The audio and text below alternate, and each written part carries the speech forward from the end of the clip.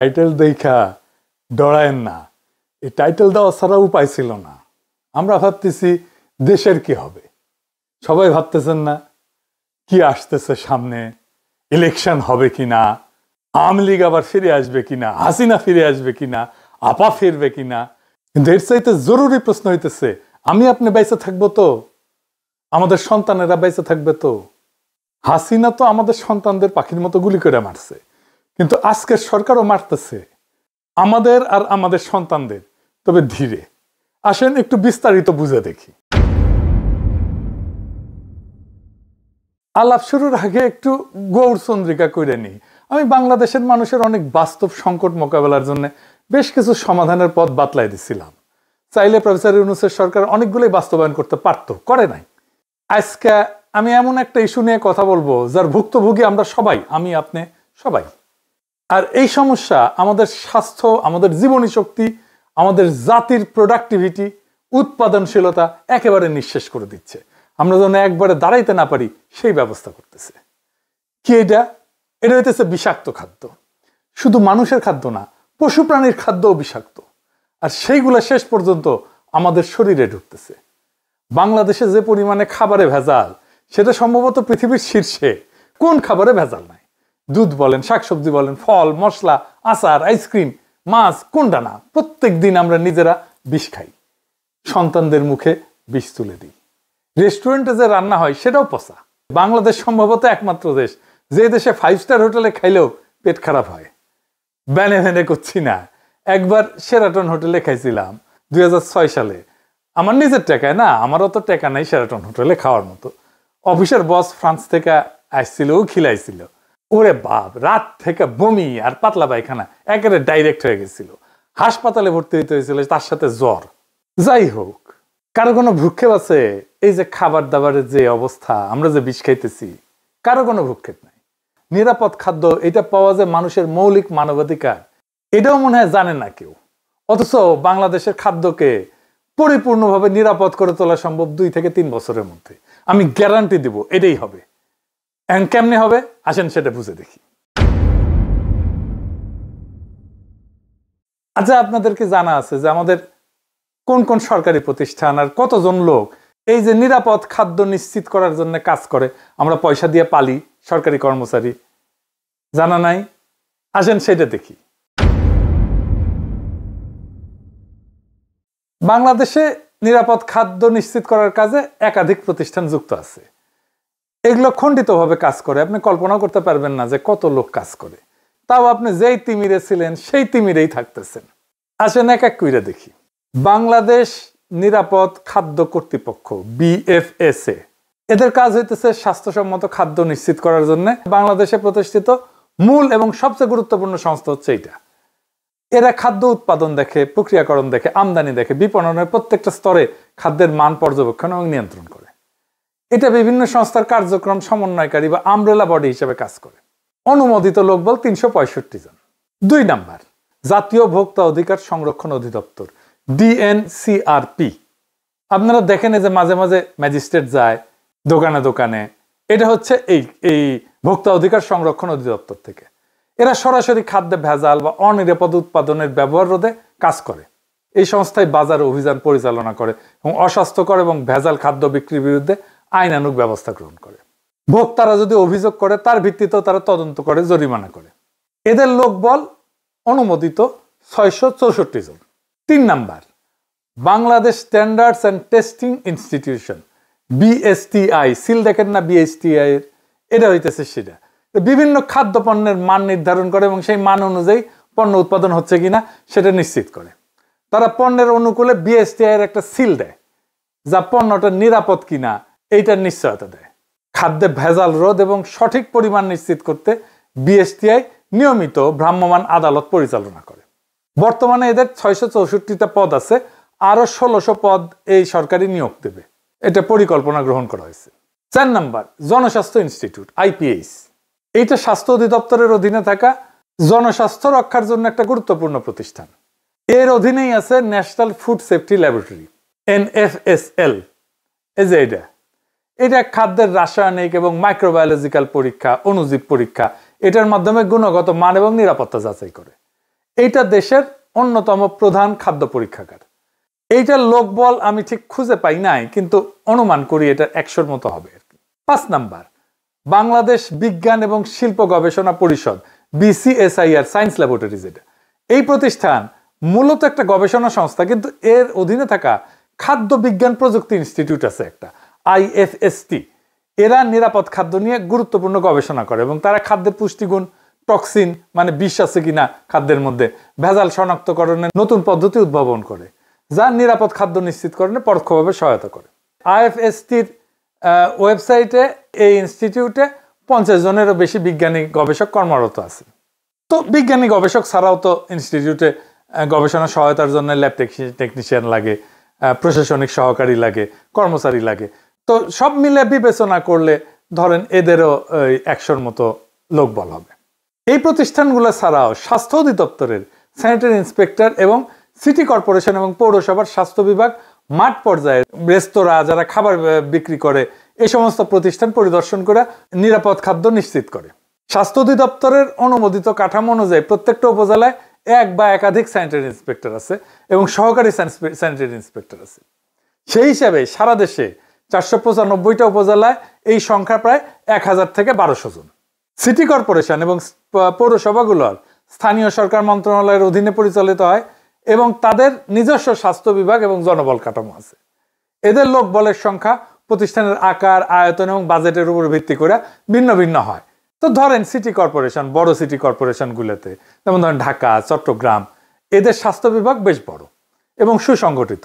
প্রত্যেকটা সিটি কর্পোরেশনে একজন প্রধান স্বাস্থ্য কর্মকর্তা থাকে। এর অধীনে প্রত্যেকটা আঞ্চলিক বা জোনাল অফিসে স্বাস্থ্য কর্মকর্তা এবং তার অধীনে স্যানিটারি ইন্সপেক্টর বা খাদ্য পরিদর্শক কাজ করে। এদের আনুমানিক সংখ্যা ধরেন যেগুলো সিটি কর্পোরেশনের কয়েকশো।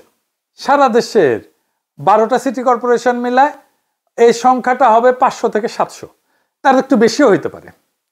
পৌরসভা, বাংলাদেশের 329টা পৌরসভা আছে।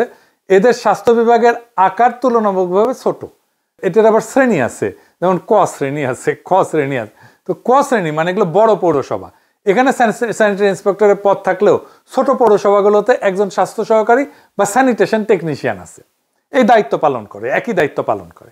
আনুমানিক সংখ্যা, এই সংখ্যাটা আমি কোথাও খুঁজে পাইনি, আনুমানিক সংখ্যা প্রত্যেক পৌরসভায় যদি গড়ে 2 থেকে 3 জন করে ধরি, তাহলে সারা দেশে পৌরসভাগুলোতে এই সংখ্যা 600 থেকে 900-র মতো হবে আর কি।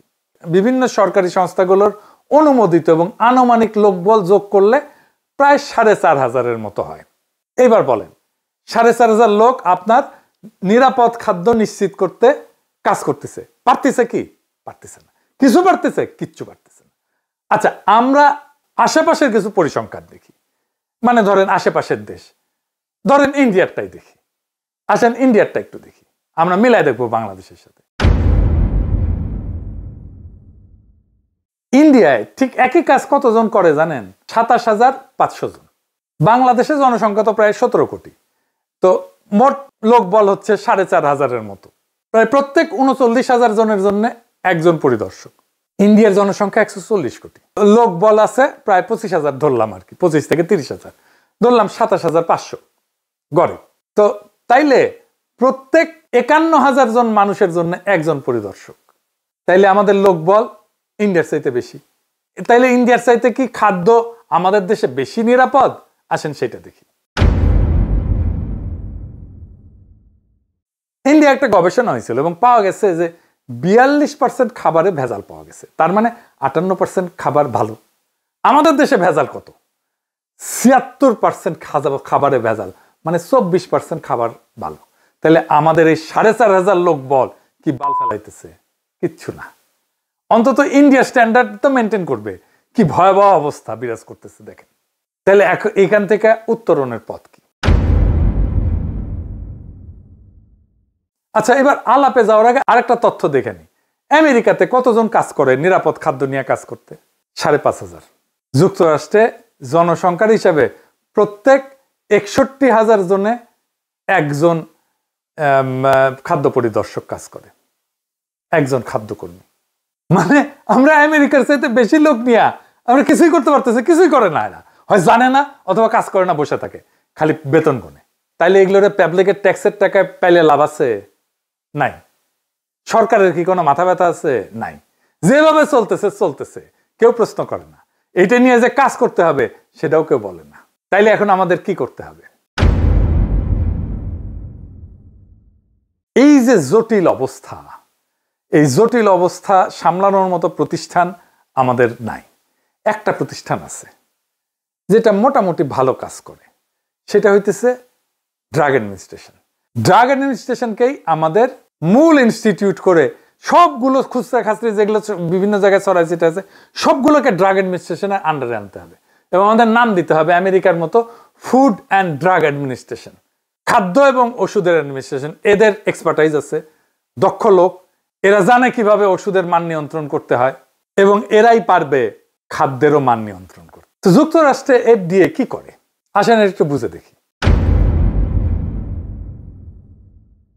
1 নাম্বার, খাদ্য নিরাপত্তা এটা নিশ্চিত করে, ওষুধ নিয়ন্ত্রণ করে, চিকিৎসা যন্ত্রপাতি মেডিকেল ডিভাইস এটা নিয়ন্ত্রণ করে, ভ্যাকসিন এবং বায়োলজিক্স আরেক ধরনের ওষুধ সেটা নিয়ন্ত্রণ করে, তামাক নিয়ন্ত্রণ করে এবং কসমেটিক্স এবং সাপ্লিমেন্টস নিয়ন্ত্রণ করে। সাপ্লিমেন্টস মানে যে ভিটামিন টিটামিন এই সমস্ত, প্রোবায়োটিক ইত্যাদি ইত্যাদি। বাংলাদেশে FDA ধাঁচের শক্তিশালী দপ্তর করতে হইলে জনবল ধাপে ধাপে বাড়ানো বাস্তবসম্মত। প্রথম ধাপে আমাদের যা লোক আছে সবগুলোকে একসাথে নিয়ে এসে এইটার আন্ডারে রাখতে হবে এবং ফুড অ্যান্ড ড্রাগ অ্যাডমিনিস্ট্রেশন এটা স্বাস্থ্য মন্ত্রণালয় থেকে বাইর করে নিয়ে এসে এটাকে একটা স্ট্যাটিউটরি বডি করতে হবে।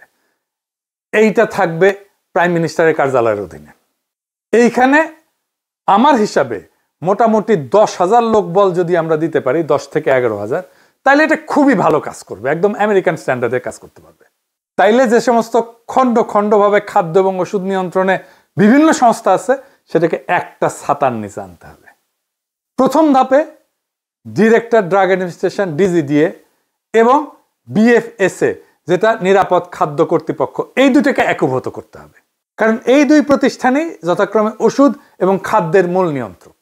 এরপর ধাপে ধাপে Bangladesh standards and testing institution BSTI এর পরীক্ষাগার, তার ক্ষমতা, এর মান নির্ধারণের অংশ এটা যুক্ত করা যেতে পারে, ভোক্তা অধিকার সংরক্ষণ অধিদপ্তর এটা যুক্ত করা যেতে পারে, বাজার নজরদারির অংশটা, তাহলে মাঠ পর্যায়ের কার্যক্রম শক্তিশালী হবে।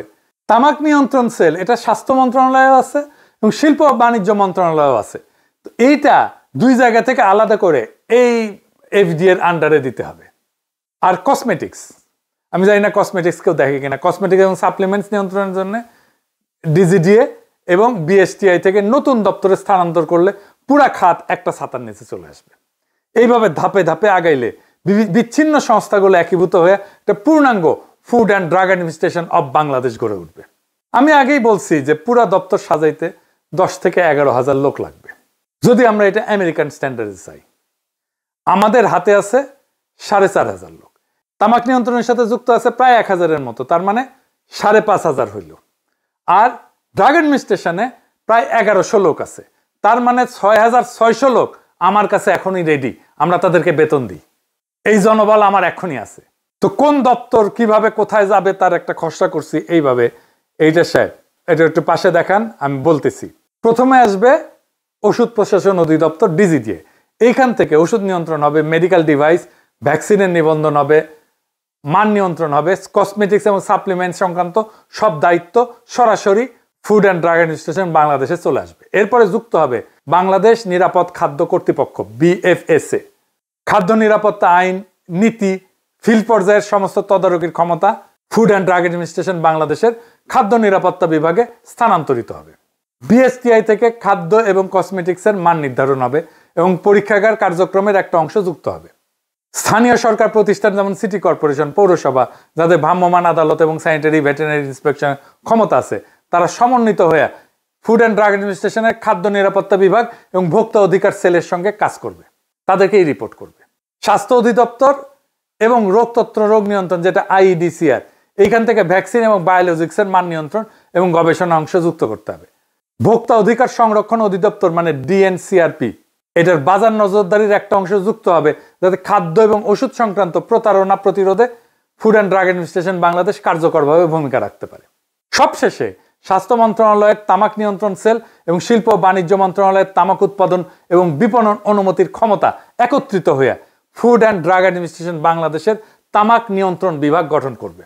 এইভাবে ডিজিডিএ থেকে ওষুধ, বিএফএসএ থেকে খাদ্য, বিএসটিআই থেকে মান নিয়ন্ত্রণ, স্থানীয় সরকার থেকে ফিল্ড ইন্সপেকশন, ডিজিডিএস থেকে এবং আইডিএস থেকে ভ্যাকসিন, ডিএনসিআরপি থেকে বাজার তদারকি এবং টোবাকো সেল থেকে তামাক নিয়ন্ত্রণ সব একত্রিত হয়ে একটা পূর্ণাঙ্গ food and drug administration of Bangladesh গড়ে উঠবে। বিষমুক্ত খাদ্য মানে শুধু স্বাস্থ্য না, এটা আমাদের অধিকার, এটা আমাদের ভবিষ্যৎ। আমরা চাই দুধে বিষ না, বিশুদ্ধতা। আমরা চাই শাকে রাসায়নিক না, প্রাণের গন্ধ। আমরা চাই রেস্টুরেন্টে ভোজ, হাসপাতালের শয্যা না। আজ সময় আসছে আমরা বলবো একসাথে, আমরা নিরাপদ খাদ্য চাই, এখনই চাই, আজই চাই। এই দাবিই আমাদের শক্তি, এই দাবিই আমাদের বাঁচার শপথ। যেদিন ভেজাল মুক্ত খাদ্য হবে সবার অধিকার, সেদিনই জন্ম নেবে একটা শক্তিশালী, সুস্থ, অদম্য বাংলা।